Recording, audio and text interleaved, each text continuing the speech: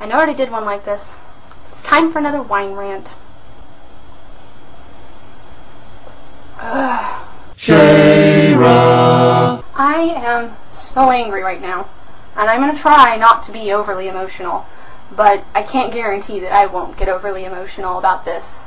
A 7-year-old girl who lived in Paradise, California, was beaten to death by her parents, Kevin and Elizabeth Schatz. She was an adopted little girl, which kind of makes me even more angry because the state actually trusted that these people would be able to take care of this child properly. One of the things that makes me really upset is that my partner and I actually tried adoption at one point in time, and it was really hard to find any babies to adopt because most of the parents that were giving their children up for adoption wanted their child to be raised in a Christian home. And we were not that kind of home. And here this couple with 9 children, by the way, a couple of them adopted, they beat one of them to death. Beat her to death. She's only 7 years old. That's almost my daughter's age. My daughter's a year older. I cannot even fathom needing to even strike a child, let alone a child of that age, where they are perfectly capable of reason and perfectly capable of understanding your rules and regulations without corporal punishment. 7-year-old Lydia and 11-year-old Zariah, both adopted, were beaten with 15-inch long plumbing supply tools by their parents. Why?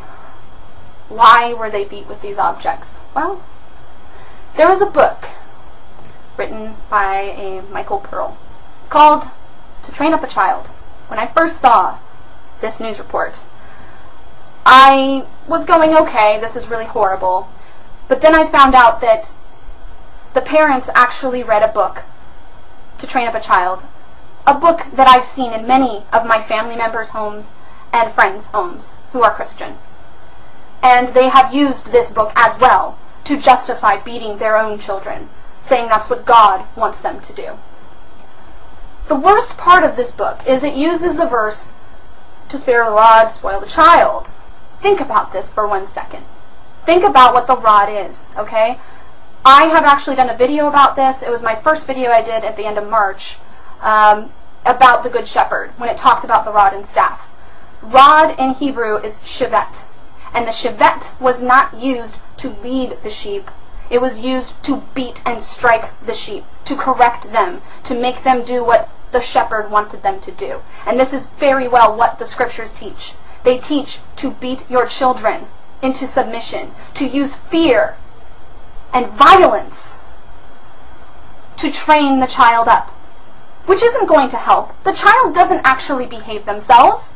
They just live in fear and in complete torture. I would know I lived in one of those homes. I lived in a home where I was beat all the time, almost every day, even when I was a teenager, even when I was 18. And when I was 18 and my dad laid his hands on me one last time, I actually left. I could not take it anymore. But this is what the Bible teaches. It teaches that this is a loving way to get your children to behave. It is not. My daughter is testament to that.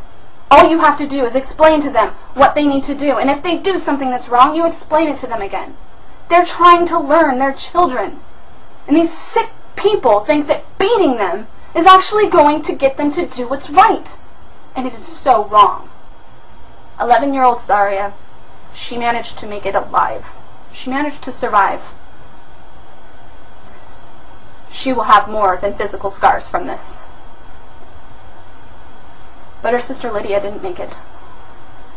When are we going to stop and look and see that physical punishment and abuse towards children is wrong? We should not strike our children. They are people. They are human beings. You try to tell them not to be violent. You try to tell them not to go out in the streets and get in fights. And you yourself are inflicting this anger. Now, I know a lot of you say, oh, well, I'm doing it with love. You are doing a physical activity that actually creates anger and aggression in you. Psychological studies show this. Punching a pillow doesn't get your aggression out. It actually increases your aggression and your anger. And all you're doing is creating this anger and aggression in yourself. You're not showing your child love. And you're certainly not teaching them any lessons in life.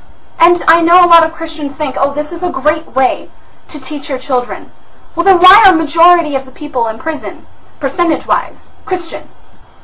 So what does Michael Pearl consider a rod? Well, he says anything from a tree switch to a spatula. A spatula! I mean, these people are insane. You cannot use these objects to beat your children. And the fact that this is okay in our country, that people are not being prosecuted for using this form of abuse on children, is fucking ridiculous. And it needs to end now. It needs to stop.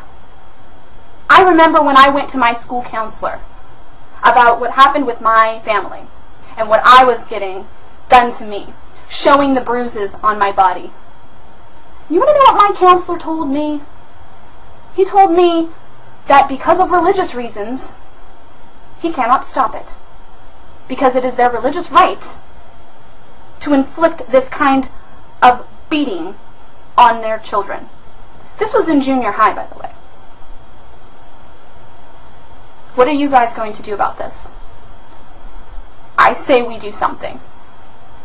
I don't know what. I wish I knew. If you guys have any ideas, if you know of any movements, if you know of any causes, please let me know. Tell me down below. But this atrocity needs to end now.